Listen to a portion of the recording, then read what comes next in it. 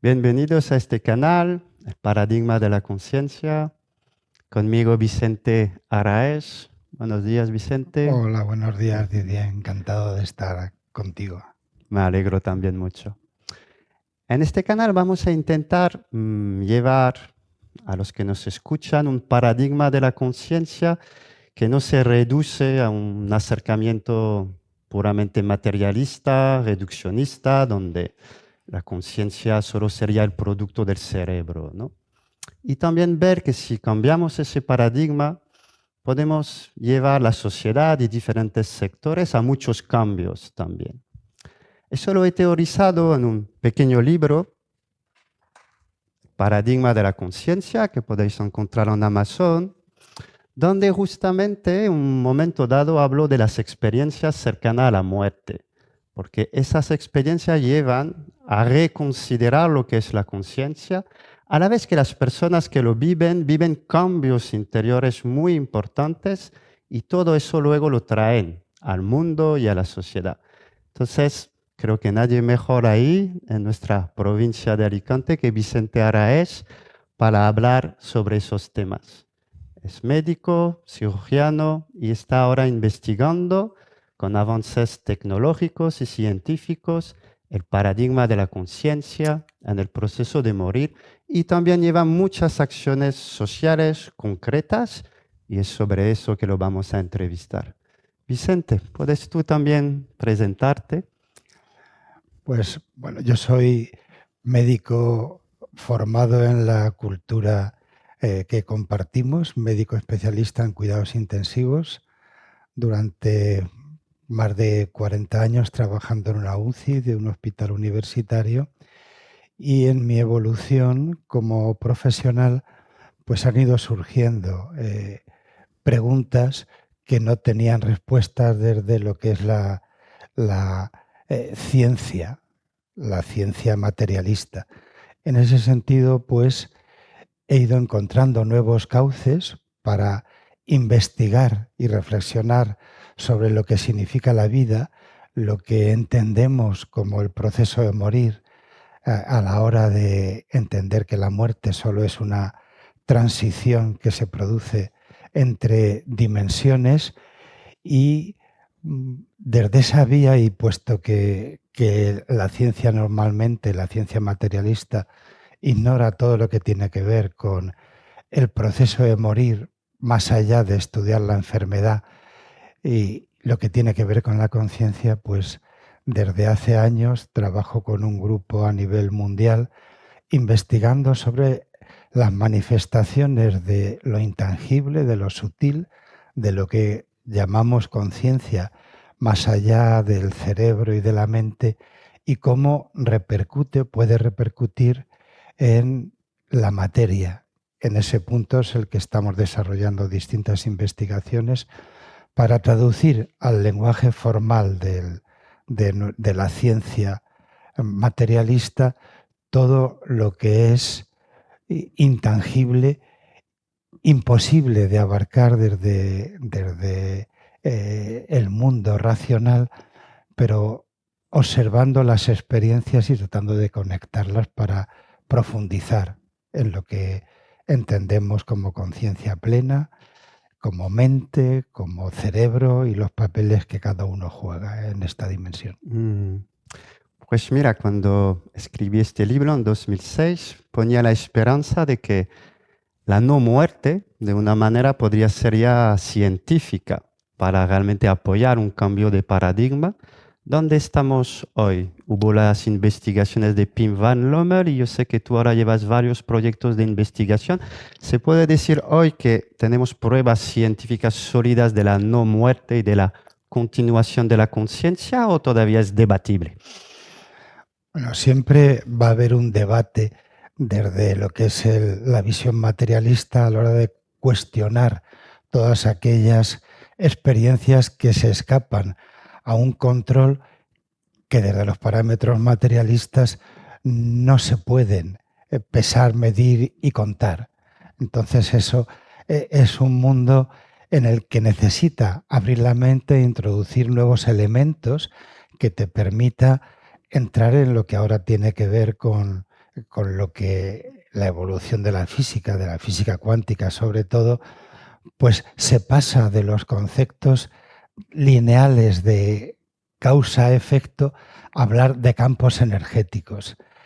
Nunca vamos a entender desde las limitaciones de la mente racional todo aquello que necesita una abstracción y que podemos experimentar como fragmentos de esa conciencia que, como nombrabas a Pim Van Lommel a la hora de sus publicaciones basadas en las experiencias cercanas a la muerte, que se llaman, pero que sin vivir la experiencia de la pérdida de actividad del cerebro se pueden reconocer también en lo que se llaman también experiencias de final de vida y muchos estados de conciencia expandida que se pueden reconocer como experiencia, pero difíciles de explicar desde las limitaciones de la fragmentación de algo global como la conciencia en esta dimensión que cuando la conceptualizamos perdemos siempre muchos aspectos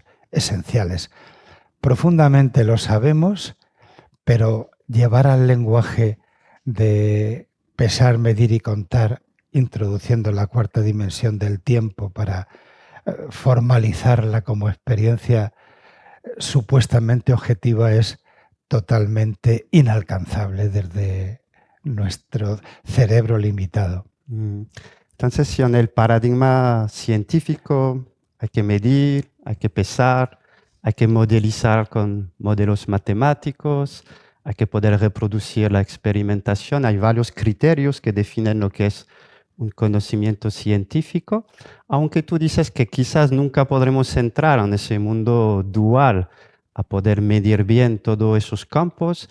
¿Qué tipo de experimento ahora para ti más avanzado y dónde se está realizando y de qué manera se intenta llevar la ciencia a ese campo más amplio de la conciencia? No, ahora mismo tenemos con el grupo de investigación del que estaba hablando, un grupo de investigación en el que participan profesionales, físicos, biólogos, psicólogos, médicos, ingenieros, informáticos. Dentro de este grupo ahora mismo tenemos varios abordajes, todo en relación con el proceso de morir, y tenemos experimentos en marcha en un hospice de Escocia, donde la gente muere en un entorno sin tecnología, conscientes y aceptando su proceso de morir.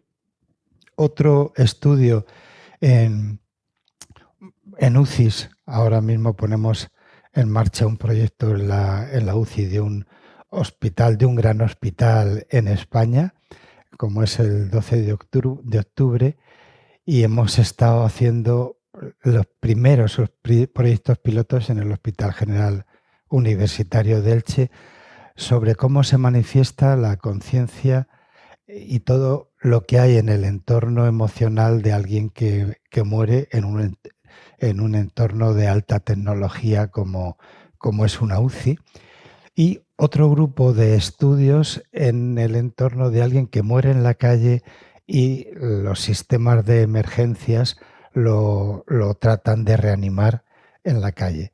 Estos tres experimentos nos hablan de distintas formas de acercarnos al proceso de morir y en relación con cómo se cambia la aleatoriedad que producen unos dispositivos que llamamos REG y que generan números aleatorios, ceros y unos, de forma continuada durante 24 horas. Lo que tratamos de observar cómo esto, que sería la parte material, se modifica cuando hay eventos de alto impacto emocional como la muerte o las emociones entre los que acompañan ese proceso, ya sean profesionales, ya sea la persona que muere o ya sea los familiares. Lo que tenemos ahora, lo que vemos en el proyecto piloto que se ha hecho, es que se producen anomalías en la aleatoriedad que se producen en el momento en el que alguien muere. Llamamos correlaciones porque aquí no hablamos de una causa-efecto, sino sucesos que están registrándose en ese mismo momento. Puede que haya no solo el momento del evento que medimos, sino que puedan haber más influencias. Y aquí hablamos de cambios cuánticos en el campo de una información en que pueden haber elementos como el inconsciente colectivo, el subconsciente, muchos elementos, descartando que las modificaciones en la aleatoriedad sean por cuestiones electromagnéticas o eventos de interferencias de radiación a la hora de que los generadores están dentro de una caja de Faraday que lo aísla de fenómenos electromagnéticos fundamentalmente. Con lo cual, los cambios se tienen que producir por algo más allá y que está en ese campo intangible que llamamos conciencia. Entonces, el campo de la conciencia sería más allá de los campos electromagnéticos conocidos, pero habría una interacción con esos campos que todavía está en el ámbito científico por vislumbrar, decirlo de una manera. Hay mucho por explorar. En ese sentido, lo que hacemos es una aproximación que además tiene la base de proyectos que llevan desde los años 70, haciéndose inicialmente desde la Universidad de Princeton en Estados Unidos, en que se diseñó un proyecto para ver cómo la intención y la atención era capaz de modificar la aleatoriedad. En esos primeros estudios del Global Consciousness Project se estudiaban las correlaciones con 150 dispositivos en distintas partes del mundo, recogiendo todo lo que eran los bits de forma continua, sumando todos esos datos y viendo como un evento, como por ejemplo el atentado terrorista de las Torres Gemelas, la muerte de Diana de Gales o una meditación colectiva en el planeta, pues se veía que podían producir cambios sutiles en estas correlaciones. Con lo cual, esos primeros estudios ya hablaban de que la conciencia, como algo que es el escenario a nivel planetario, pues era capaz de introducir estas modificaciones. Lo que nosotros hacemos ahora es estudiarlo en un terreno mucho más acotado, mucho más controlado, como es el escenario donde alguien va a morir. Tenemos un evento concreto que no elegimos, sino que sucede, con lo cual cambia la posibilidad de entender que hay un efecto del observador sobre lo que está ocurriendo, y eso cambia de alguna manera ese abordaje. Al ser un campo controlado podemos observar mucho más todos los matices, tanto patrones emocionales como la influencia que pudiera tener los fármacos que se pueden utilizar, como el momento específico en que la familia recibe una información que va a cambiar a nivel emocional su manera de estar conscientemente, y sabiendo que eso pues, puede influir en cómo va a cambiar el azar y el momento en que una persona muere, con estas distintas maneras de morir que nos dan pistas no solo sobre lo que ocurre cuando alguien muere, entendiendo que la muerte tiene que ver con la pérdida de la actividad física del cerebro. Entonces, si algo sigue ocurriendo cuando el cerebro de una persona ha dejado de tener actividad, pues ahí estamos recogiendo información de lo que llamamos conciencia fuera del cuerpo, fuera del cerebro.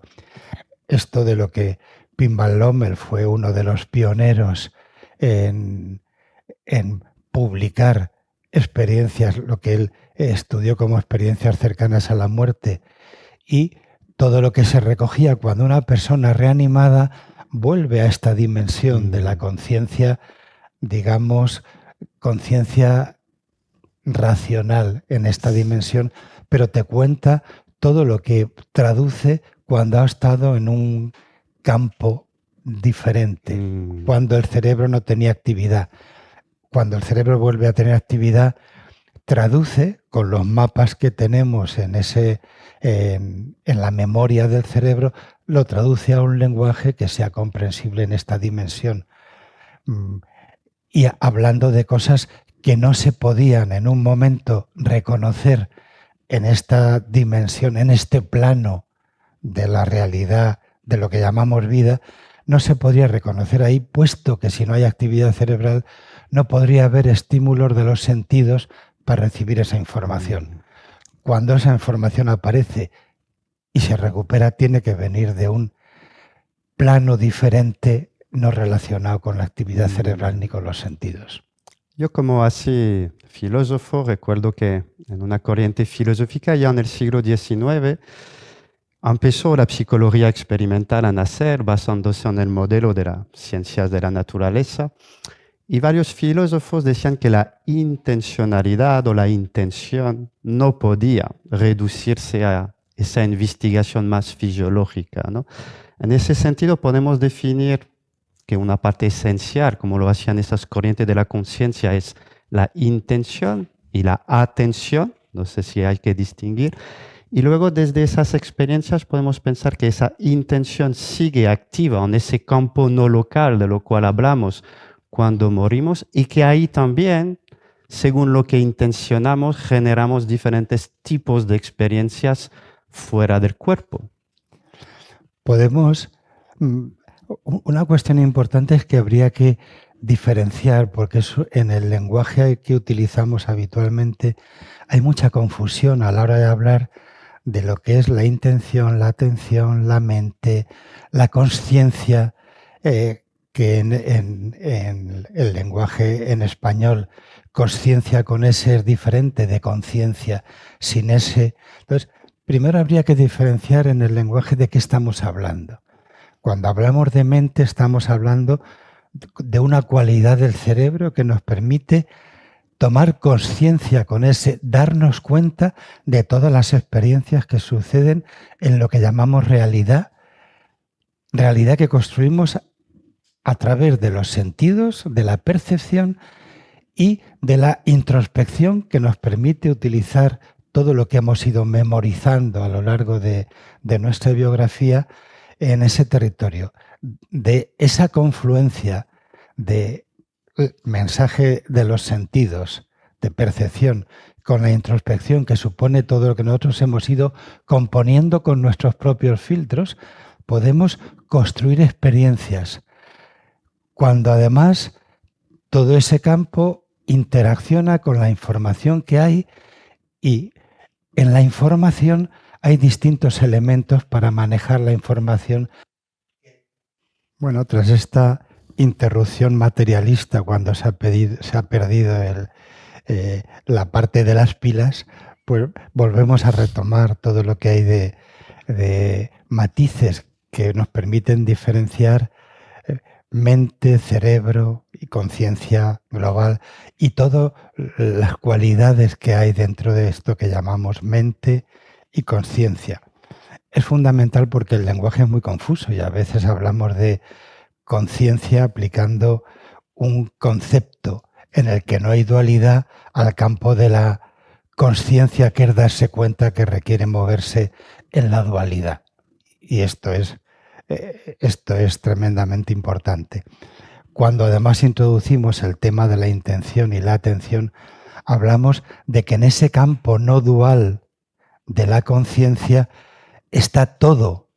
Y ahí entramos en que esto se ha ido modificando con aportaciones, con las reflexiones desde la antigüedad y desde lo que es la visión de la tradición tibetana, en que ha explorado todo este mundo de la conciencia a través de los sueños, que es algo que vivimos cotidianamente, pero que ellos lo estudiaron, reflexionaron y desarrollaron patrones para poder entrenar también el acceso a la expansión de la conciencia, para poder entrar en esa dimensión a través de prácticas como la meditación, por ejemplo, que podemos seguir utilizándolas.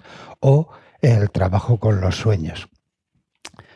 Todo esto, con esta disquisición sobre lo que es mente, cerebro y conciencia, pues todo lo que vamos a investigar en este plano va a estar condicionado por las limitaciones del cerebro, de los mapas y los filtros que construimos, de el lenguaje de los sentidos y de nuestros mapas en la memoria que nos permite explorar las experiencias, entendiendo que cualquier experiencia en este plano de lo que llamamos vida es un fragmento de la conciencia que nos va a permitir generar esa interacción de mente-conciencia, pero siempre con esa limitación. La experiencia es un fragmento de la conciencia de la que nos podemos dar cuenta a través de la mente como cualidad del cerebro.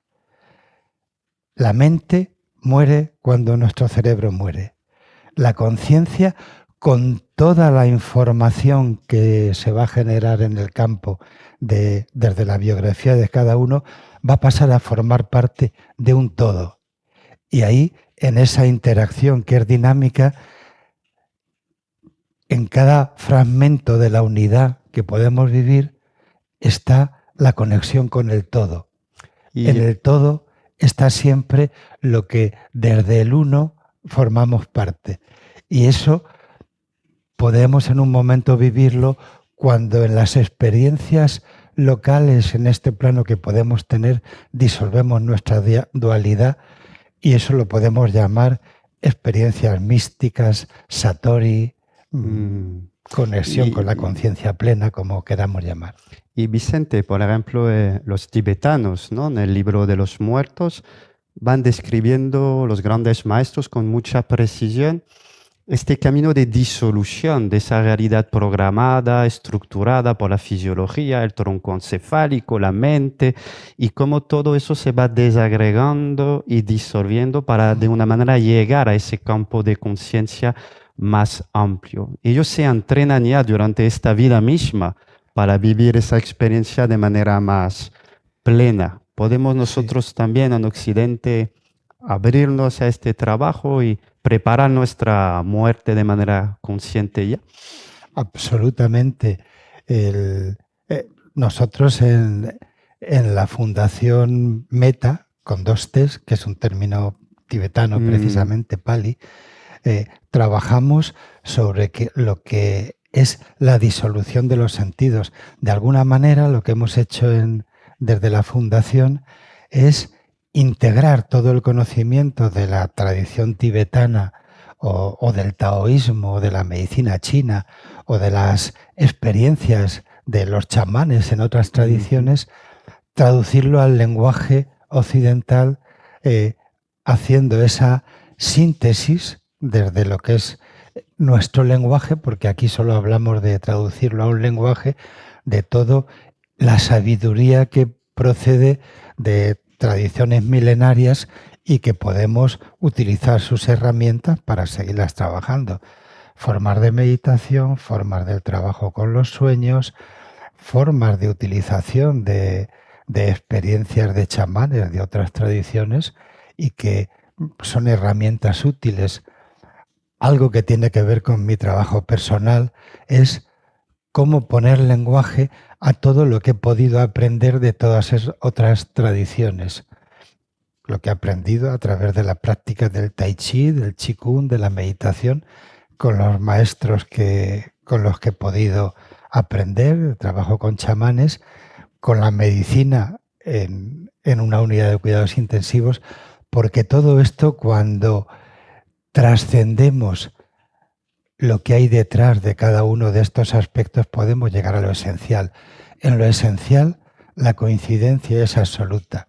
Y eso lo podemos hacer profundizando desde la medicina occidental, desde prácticas chamánicas, desde la conceptualización tibetana, desde la práctica de la meditación o el qigong, porque todo nos lleva a lo esencial. Normalmente, desde nuestras limitaciones, tratamos de transformar todo lo que es la experiencia cotidiana, pero la transformación siempre es limitada y en un momento la clave, cuando profundizamos en lo que transformamos con cualquiera de estas herramientas que son útiles, pero no son la clave desarrollando solo la receta para hacer algo. La clave es entrar al proceso energético que es transversal para todo y a lo que podemos acceder trascendiéndolo. Esto lo podemos hacer a través de cada sentido. Y la experiencia de lo que aprendemos en el proceso de morir es que cada sentido se va disolviendo. Morirse es simplemente disolver los sentidos, disolver la parte material y entrar en otra dimensión de energía pura.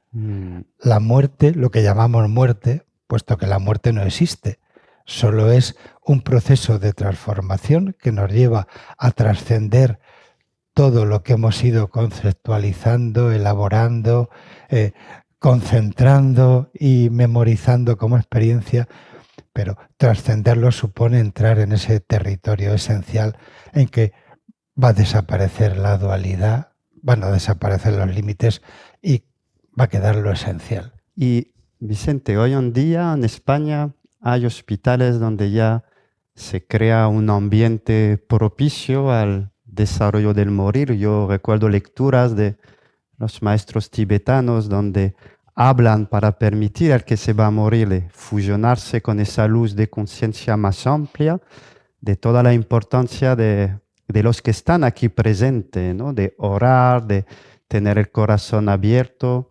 Hay ya proyectos donde esa dimensión más espiritual para el momento de morir en los propios centros hospitalarios se haya puesto en práctica, o desde tu fundación estáis ahí.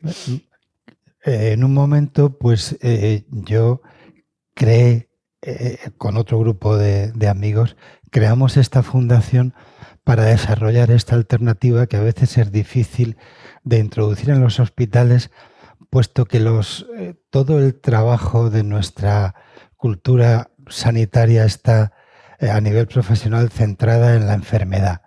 Y es difícil dar el salto a entender el sentido que tiene el proceso de morir, puesto que el sentido de morir va más allá de que sea el final de algo. Podemos replantearnos conceptualmente que morirse no es algo que está en el futuro, sino que morirse es todo lo que llamamos vida. Todo lo que llamamos vida se ha muerto. Para en este momento, conscientes de lo que se ha muerto, creemos el futuro, que en principio es lo que llamamos muerte porque es desconocido, pero es donde está la vida. Para crear el futuro, para crear la vida, hay que morirse al pasado. Y eso es un proceso continuo. Y eso además nos conecta en que nacer y morir son distintas caras de la misma moneda. Nacer y morir es algo que energéticamente está conectado como algo circular. Nacemos con una inspiración, tomamos aire y morimos con una exhalación que es devolver la energía de lo que entre paréntesis fue inspirar y expirar. Expirar un momento para decir que alguien se ha muerto es cambiar la inspiración que llevaba una S por una X que es expirar. La vida es lo que estaría en ese paréntesis y es un ciclo que continúa cuando nuestra biografía, nuestro cuerpo físico se disuelve, pasa a formar parte de algo que continúa, ya sea volviendo a la tierra como carbono, sílice y agua, que es lo que forma nuestro cuerpo, o como todo lo que ha quedado a través de nuestros vínculos con nuestro planteamiento, nuestra visión, nuestros valores que van a formar parte de aquellos a los que contagiamos.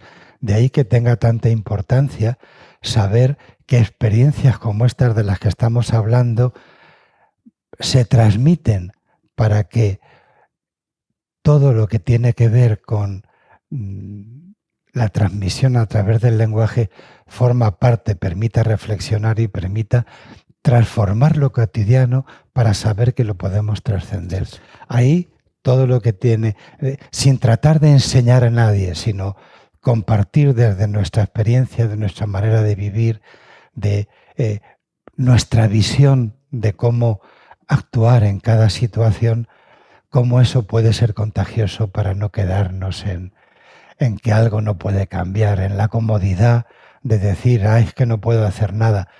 Cada acto que hacemos, cada acción es transformadora para los demás y puede ir mucho más allá de querer cambiar nada, sino conectar a través de nuestra presencia, de nuestro amor, de nuestros pensamientos, de nuestros puntos de vista, saber que eso constituye una red que va a quedar en esa información, en ese inconsciente colectivo, para que otro en un momento pueda, con su cerebro activo, pueda entrar en contacto ahí. Y ahí, a nivel pedagógico, todo lo que ocurre va a estar ahí accesible. Abrimos ventanas para que cada uno se asome y pueda construir su propia realidad. Y podemos esperar que todos esos estudios ya más científicos lleven los espacios donde morimos poco a poco a transformarse y a coger esa visión.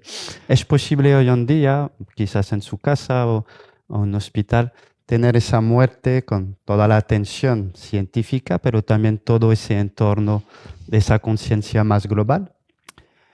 Es totalmente posible y es algo que estamos haciendo desde la Fundación Meta y ahora mismo utilizando las tecnologías modernas para poder acompañar a alguien que se muere en Brasil o en México y que estamos haciendo acompañamientos a través de videoconferencia para poder además trabajar haciendo desde una experiencia de poder guiar a través de ese proceso a alguien para facilitar la disolución de sus sentidos, para que los familiares puedan tener una formación de cómo acompañar sin querer seguir haciendo actuaciones que simplemente están sujetando a alguien en ese proceso.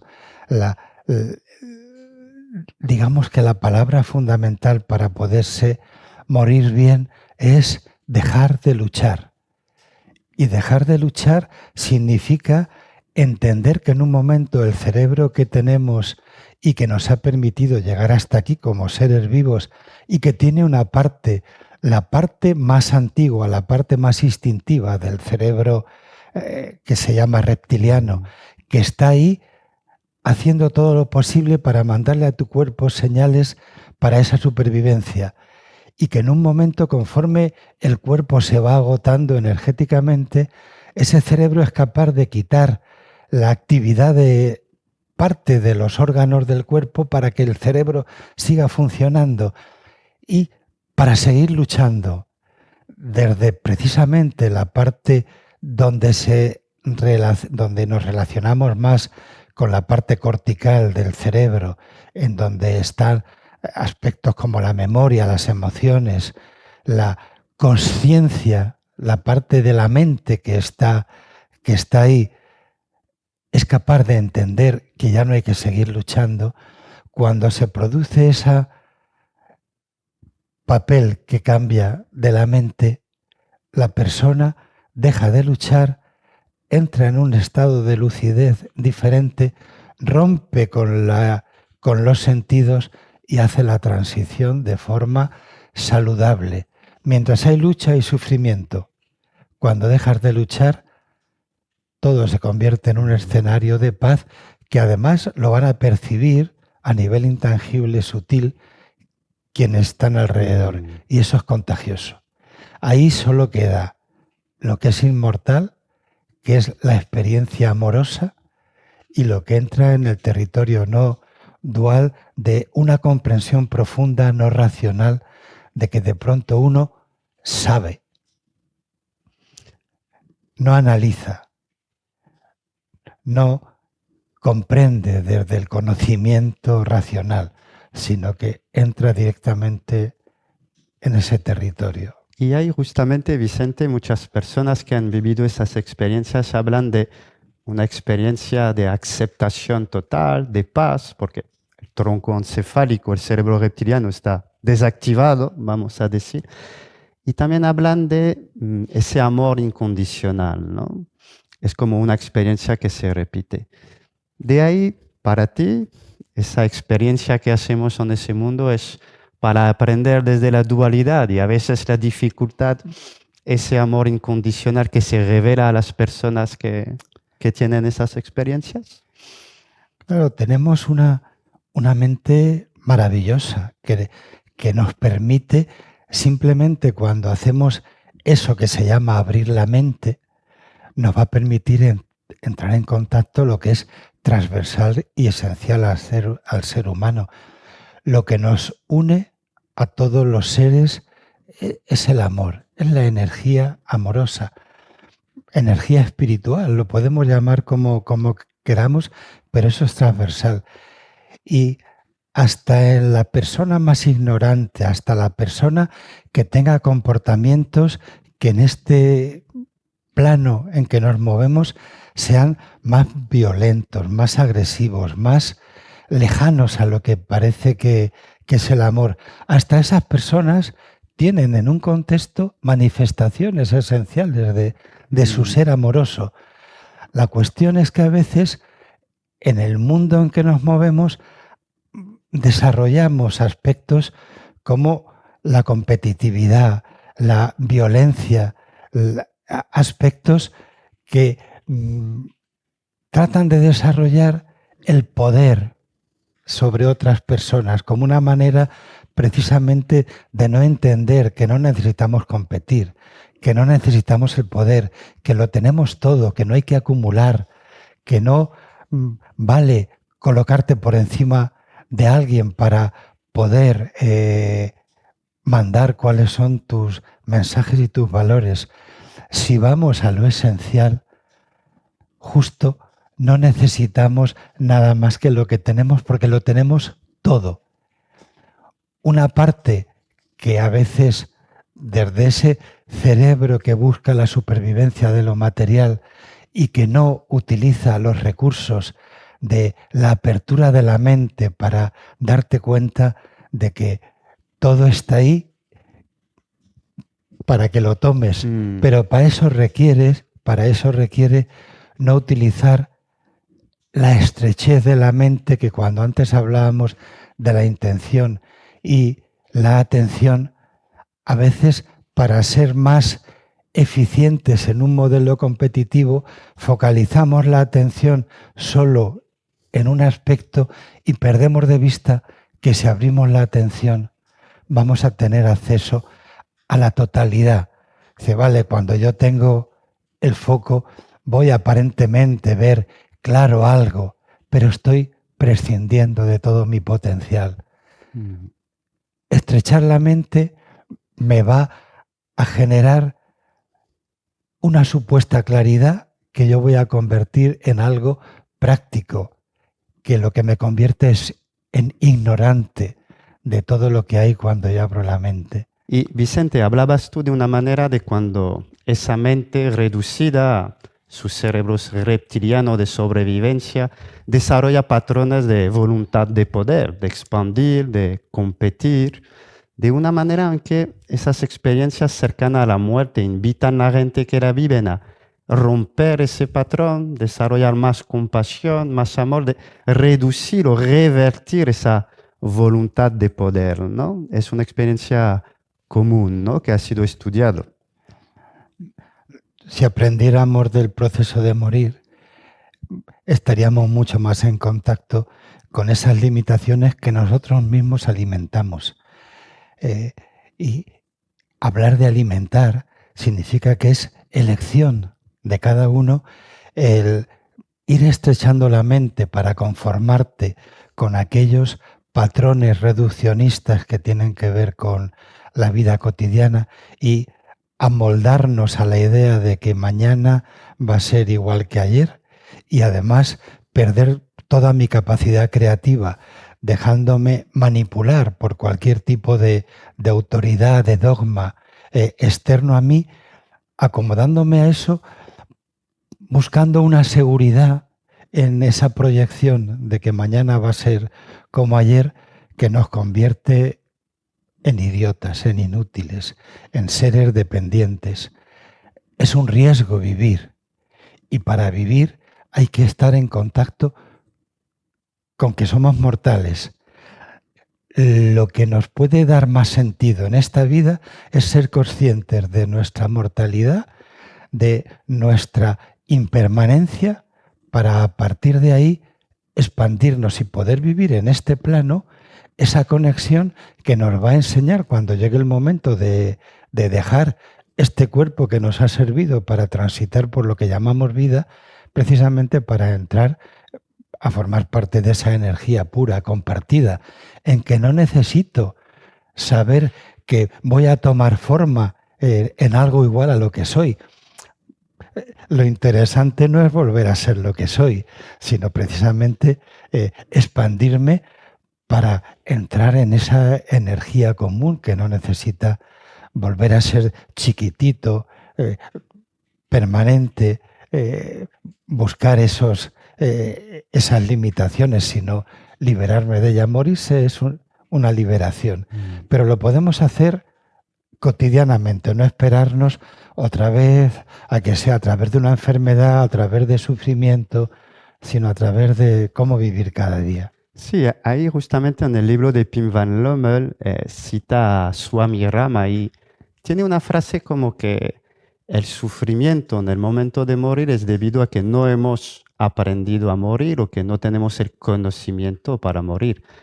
¿Cómo? Porque mucha gente realmente no tiene a lo mejor miedo a la muerte, sino al sufrimiento, al momento del dolor. De hecho, cuando leí La Rueda de la Vida de Elizabeth Robin-Cross, ella también en un momento expresa el dolor físico y ella que había estudiado la muerte toda su vida, de que no era nada fácil afrontar el dolor físico. ¿Cómo podemos hoy combinar, ¿no?, ese acercamiento y evitar el sufrimiento físico? ¿Hasta qué punto hace parte? ¿Cómo nos podemos preparar? ¿Cómo afrontamos ese miedo más al dolor que a la muerte? En tu experiencia concreta, con la gente, con la fundación. Algo que siempre tiene que ver con lo que llamamos proceso de morir es que tiene que ver con el proceso de vivir. El proceso de vivir, cuando lo vivimos dentro de este cuerpo físico, pues tiene sus manifestaciones y esas características que suponen que vamos a sufrir, que va a haber todo el aspecto físico, van a haber todas las tensiones que supone un cuerpo limitado, y eso forma parte de la vida. Estamos en un momento en el tiempo en que hay muchas herramientas para evitar los síntomas del deterioro del cuerpo. Y al hablar de síntomas, los síntomas empiezan a aparecer desde que nacemos.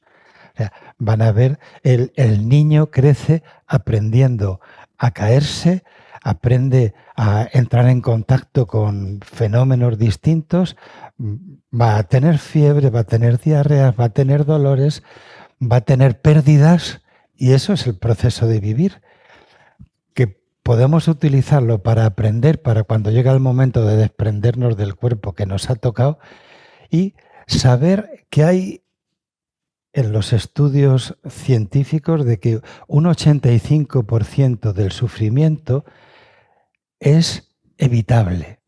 Un 15% tiene que ver con haber nacido. Pero muchas veces lo que hacemos es alimentar el sufrimiento, tratar de alargar la vida que llamamos física, luchando contra la enfermedad, incluso cuando ya sabemos que la enfermedad que nos va a llevar a lo que llamamos muerte es algo irreversible. Pero ahí seguimos poniendo empeño en alargar un poquito más. Alargar un poquito más supone sufrir un poquito más. Esa parte es evitable.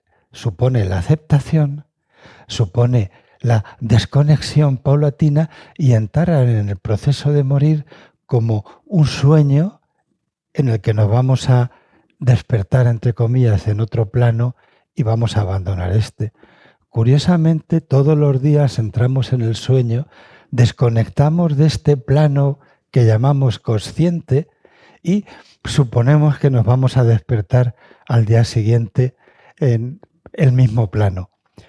Lo maravilloso de poder explorar los sueños es que entramos en esa dimensión de lo que significa estar muerto. Todos los días nos morimos cuando nos dormimos. Y bueno, todavía podemos hablar ahora porque nos hemos despertado en este plano. Podemos seguir hablando en otro plano, probablemente, que no se podía televisar porque no había ese tipo de registro. Pero así, en ese otro plano, sí podríamos formar parte de eso que está a disposición a nivel energético de todo el universo del que forman parte no solo nosotros, sino todos los que están energéticamente estamos formando parte de esas otras dimensiones. Y se puede hoy encontrar una buena mezcla entre la ayuda fisiológica, la sedación y tal, con el componente de la conciencia y lograr manejar esos parámetros para generar una muerte que a la vez reduce ese 15% de dolor, pero no impide esa preparación o ese acompañamiento de la conciencia. Aquí hay dos aspectos. Por un lado, los síntomas en su porcentaje mayor son evitables con los fármacos que ahora podemos utilizar. Entonces, el dolor, que sería el más evidente, el dolor se puede evitar con los analgésicos que hay, incluso introduciendo otros elementos que no se utilizan tanto en la farmacopea occidental, pero que se están haciendo estudios importantes para utilizar otras sustancias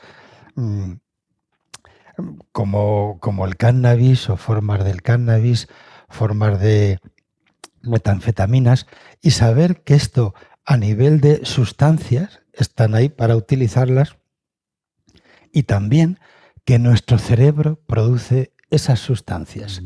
Y eso es muy importante porque si dejamos y conectamos con la capacidad que tiene nuestro cerebro para evitar un tipo de síntomas, para evitar el dolor, nuestro cerebro produce endorfinas similares a la morfina que utilizamos de forma externa. Ahora mismo en el mundo pues hay una explosión de utilización del fentanilo como algo para entrar en otra dimensión en personas que se hacen dependientes buscando estados que se pueden conseguir de otra manera, porque cuando se utiliza de forma externa y en este plano no tienes las raíces para poder abrir una puerta y mantener la relación con esta dimensión, se quedan colgados, son los toxicómanos, dependientes de sustancias externas, destruyendo lo que es el cuerpo absolutamente, de forma en que se pierde la dignidad, se pierde la libertad y se pierde también la posibilidad de entrar en un proceso de morir y de aprender digno.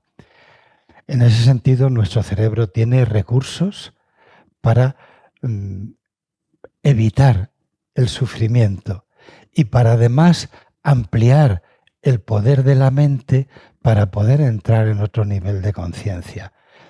¿Esto se puede entrenar en este plano? Absolutamente, con prácticas diferentes como pueden ser prácticas del Qigong, de la meditación, del yoga en un nivel.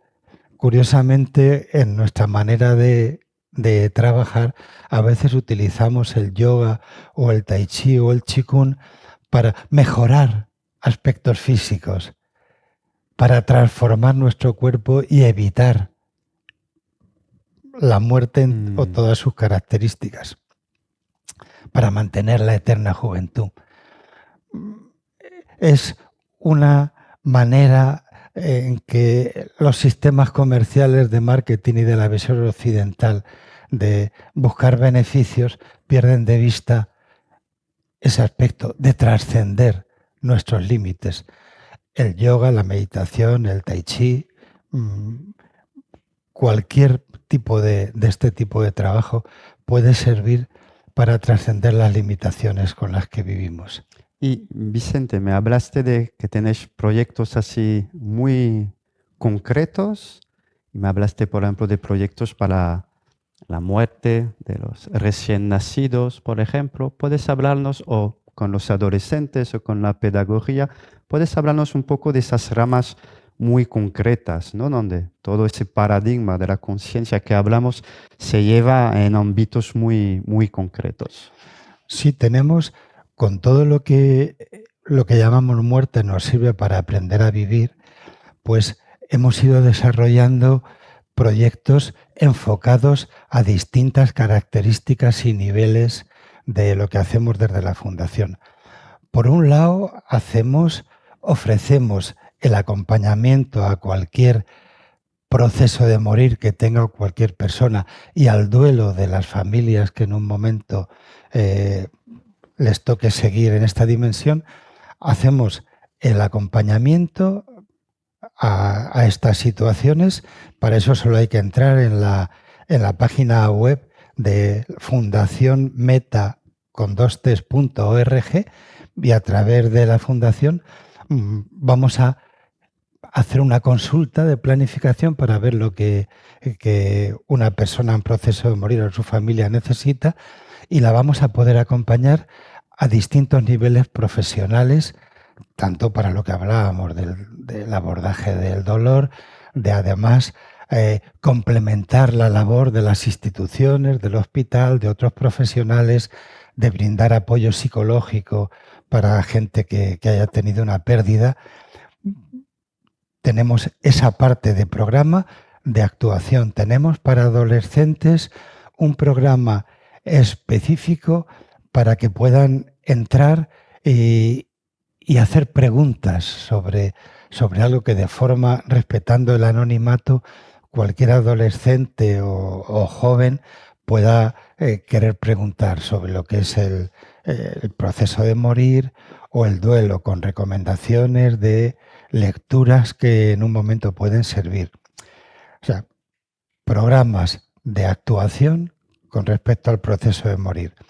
Tenemos programas de formación para todos los aspectos que tienen que ver con el proceso de morir.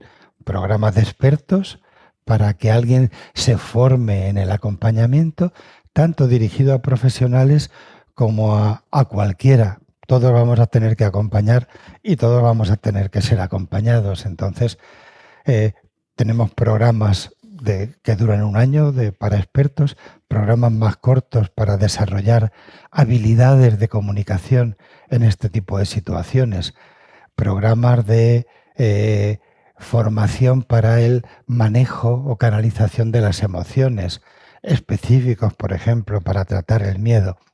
Ahora mismo hay más de 200 programas específicos dentro de lo que hacemos en la Fundación, tanto de forma presencial como programas online, que ahora mismo pues, nos permiten utilizar este tipo de recursos para que se amolden a cómo uno puede profundizar en aquel tema que le preocupe. Y tenemos proyectos de investigación de los que hemos estado hablando desde el inicio, como estos tres aspectos de actuaciones, formaciones e investigación.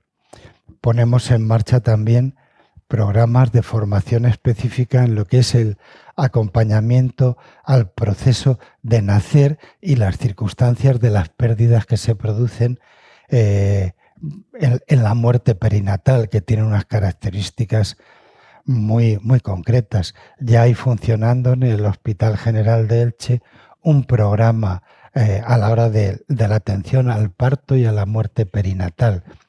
Y ponemos en marcha, ahora estamos poniendo en marcha un programa también de atención en formación para que cualquier profesional se pueda formar a la hora de cómo atender el parto y las consecuencias cuando cuando se produce esa muerte perinatal, cómo acompañar a las familias.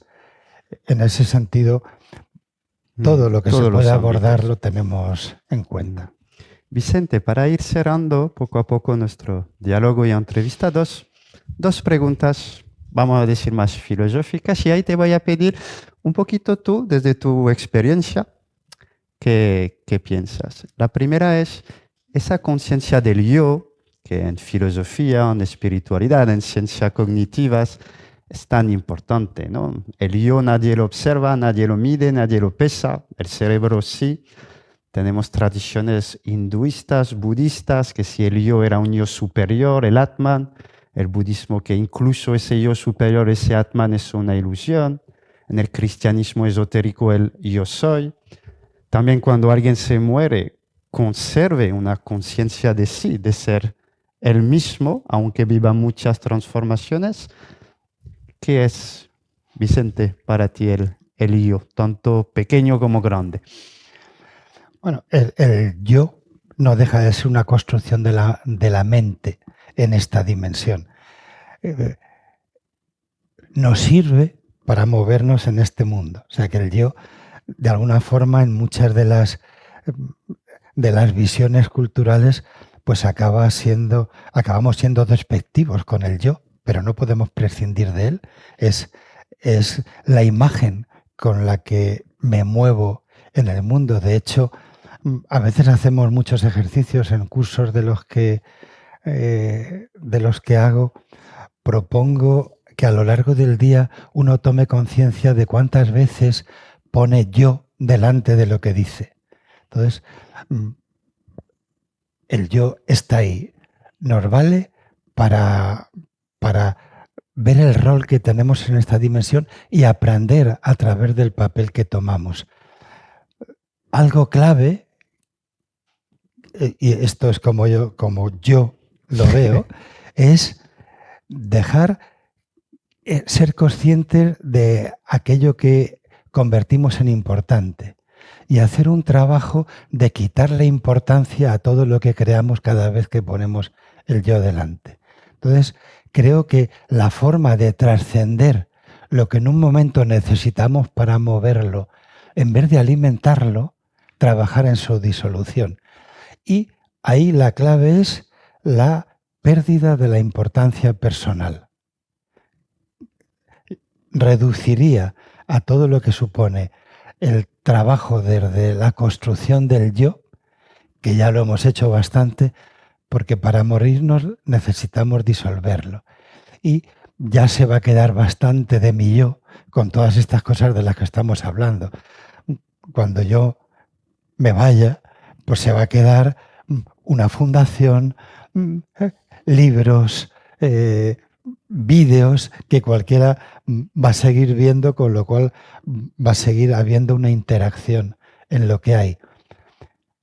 La clave que de todo eso que también se va a quedar, para seguir caminando y expandiendo nuestra conciencia, ir quitándole importancia a todo lo que hemos contado aquí, a todo lo que hemos construido como la importancia de la investigación. Quitarle importancia. Y Vicente, una pregunta también. El desarrollo tecnológico, la inteligencia artificial, no la podemos así parar, quizás la podemos canalizar. Creo que hace parte del desarrollo de la humanidad, de desarrollar tecnologías más avanzadas. ¿Cómo podemos conciliar conciencia y inteligencia artificial, en el sentido de que ahora esa razón intelectual está superada?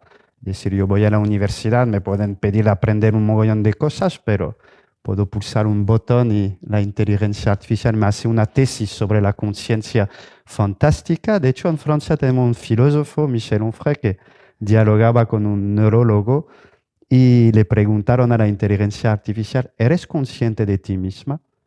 Y la respuesta me puso la piel de gallina. Yo que hice mi memoria sobre esto, él en un segundo, tesis, antitesis, síntesis sobre la conciencia de sí, era brillante. Entonces, de una manera, ese intelecto, aunque lo tenemos que cultivar, está ya desarrollado. Tenemos nosotros que subir de un nivel en la conciencia para crear la balanza con ese desarrollo tecnológico, o si no, como en esas películas de ciencia ficción, vamos a ser esclavos de ellas si nosotros no damos un paso más allá. Para jugar un poquito con esa interrogación.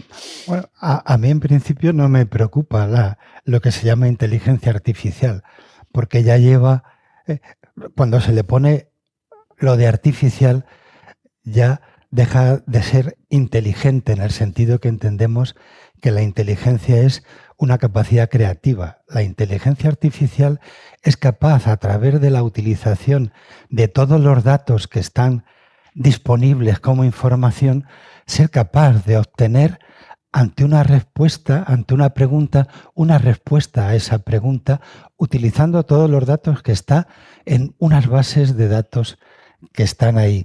Pero todo eso son aportaciones que tenemos también los seres llamados inteligentes. Entonces, hay que aprender a utilizar herramientas nuevas como la inteligencia artificial para simplificar muchas serie de cuestiones. Es lo mismo cuando apareció el coche o el avión, había un miedo tremendo a lo que esto significaba para cambiar el mundo. Lo ha cambiado, como el teléfono móvil que ahora tenemos, como el WhatsApp, ¿vale?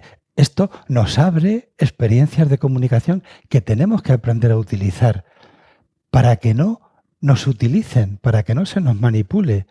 Pero no hay que tenerle miedo a eso, hay que ser conscientes de eso para saber que son herramientas a nuestra disposición. Ahora mismo hay cosas que se pueden hacer con los ordenadores, que tienen una capacidad tremenda para manejar datos, que lo que hacen es que te quitan un trabajo manual. Vale, pero eso nos va a sustituir creativamente, depende de nosotros. Probablemente si entramos en personas limitadas con mentes focalizadas y estrechas, para esa parte del mundo van a ser vulnerables y manipulables. Pero como son ya manipulables por el telediario, por los mensajes de los políticos, para no discernir entre lo que son mentiras que se introducen, bulos que se introducen para manipularte en la información que tenemos ahí. Entonces, aquí la llamada es: sé crítico, reflexiona, abre tu mente, no entres en creerte ningún dogma, ninguno, ni el de la inteligencia artificial, ni el del mensaje de cualquier religión, ni de cualquier dogma, cuando todo se convierte en mensajes que acaban siendo como que eso es la verdad. Cuestionemos la verdad, incluso la de la inteligencia artificial. Y podríamos decir que al igual que creamos una red de la inteligencia artificial, que hay una red mucho más antigua, que es la red de la conciencia, y que podemos también tener acceso a ella si lo queremos y si lo practicamos. Es que la inteligencia artificial no es nada más que un aspecto fragmentado de la conciencia. Entonces, podemos entender que en cada experiencia que se manifiesta en la conciencia vale para entender el lenguaje de los bits de un ordenador, de mi sentido del tacto, de mi sentido de la vista. Todo eso son solo manifestaciones de la conciencia. Nos creemos que existe el color rojo, y el color rojo tiene que ver con que nuestra vista, nuestra retina, entra en contacto con unas frecuencias que están ahí. Son ondas. El campo de la retina recoge nada más que unas frecuencias, unas ondas características para las que es sensible. Las lleva al cerebro y el cerebro, con el mapa que tiene, te dice: esto es el color rojo. El color rojo no existe. Son nada más que bandas de frecuencias. La inteligencia artificial no son nada más que información en forma de bits, de ceros y uno, en que uno en un momento va a poder captar, traducir y sobre eso generar lo que yo interprete de eso. La clave no es lo que me dice la inteligencia artificial, sino lo que yo interprete de los bits que he recogido de ahí, de la información que he recogido de ahí. Sí, entonces, Simplemente. de una manera tú dirías que la materia es conciencia condensada, campos de ondas que en un momento dado, como en la reducción del paquete de onda, dan lugar a lo que llamamos a materia. Por ejemplo, Pitágoras decía, un hígado es sonido congelado. Esas frecuencias que también son sonidos, que son colores, que son frecuencia, es al final la materia misma, una forma de condensación de la conciencia. Van esos observadores de los centros ahí en Suiza, donde van decomponiendo la materia hasta sus fragmentos e encontrar en reflejo su propia conciencia. Pero entramos en cómo construimos la realidad. Cuando hablamos de materia estamos hablando de forma, de una forma. Las formas son una estructura que tiene 3 dimensiones, ¿m? Y que para que tome forma nosotros intervenimos poniendo el tiempo añadido a la tridimensionalidad de una forma y la reconocemos cuando introducimos el tiempo para decir esto tiene forma para mí en este momento. En el plano que nos movemos hay 4 dimensiones, nos movemos con eso. La realidad que creamos tiene que ver con cómo nuestro cerebro, cuando nuestra mente actúa introduciendo esa parte personal de mi tiempo para conectar con esa forma, construyo la realidad, que es tan efímera como que el tiempo siguiente va a dejar esa tetradimensionalidad, ese escenario se va a quedar atrás. Así construimos la vida. ¿Hay más dimensiones? Sí. Precisamente lo que hacemos es superponer continuamente a esa tetradimensionalidad, ir construyendo más tiempos que nos dan como más formas. Y con eso creemos que eso tiene una dimensión objetiva. Esa dimensión, cuando dejamos de superponer formas, se disuelve. Esa disolución nos coloca en otra dimensión distinta cuando se disuelve tridimensionalidad y tiempo. El tiempo es el foco de luz que ponemos para que algo tome forma. Ahí. Muchas gracias, Vicente. ¿Quieres compartir algo para ir cerrando esa entrevista? Bueno, el ofrecimiento de que la Fundación Meta, que trabaja sobre estos aspectos, está abierta para que cualquiera pueda participar siendo parte de los proyectos, tanto para acompañar, para beneficiarse del acompañamiento y para trabajar en los distintos campos en que actuamos, como una manera que sabemos que estamos trabajando para cuestionar la realidad habitual que compartimos para entrar en esas otras dimensiones. Entonces, encantado de poder compartir todo esto para romper dogmas. Muchas gracias, Vicente. Muchas gracias. Gracias a ti, Didier. Un placer.